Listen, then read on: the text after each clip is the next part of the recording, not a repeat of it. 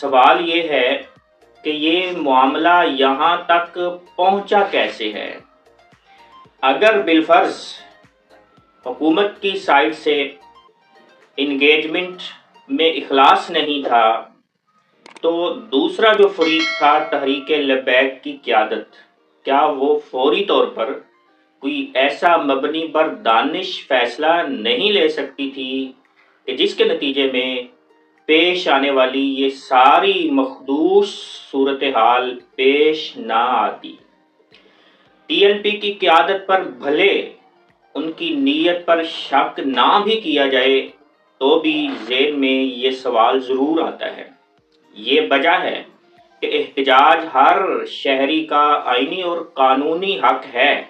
مگر جب حکومت احتجاج کی کسی مخصوص شکل کی اجازت نہ دے رہی ہو تو اس صورتحال میں احتجاج کی اسی مخصوص شکل کے اوپر بازید رہنے کو آخر کیسے جسٹیفائی کیا جا سکتا ہے؟ اظہار یکجہتی فلسطین احتجاج کے کیس میں یہ اصرار کہ احتجاج لاہور سے اسلام آباد مارچ کی شکل میں ہوگا اور امریکی سفارت خانے پر اس کا خاتمہ ہوگا، اس کے اوپر اصرار ظاہر ہے کہ حکومت یا ریاست فلسطینیوں سے نفس یکجہتی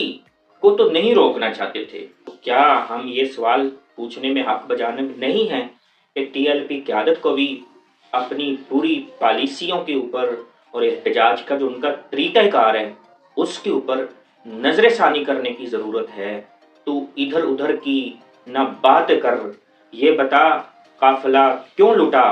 مجھے رہزنوں سے گلہ نہیں، تیری رہبری کا سوال ہے۔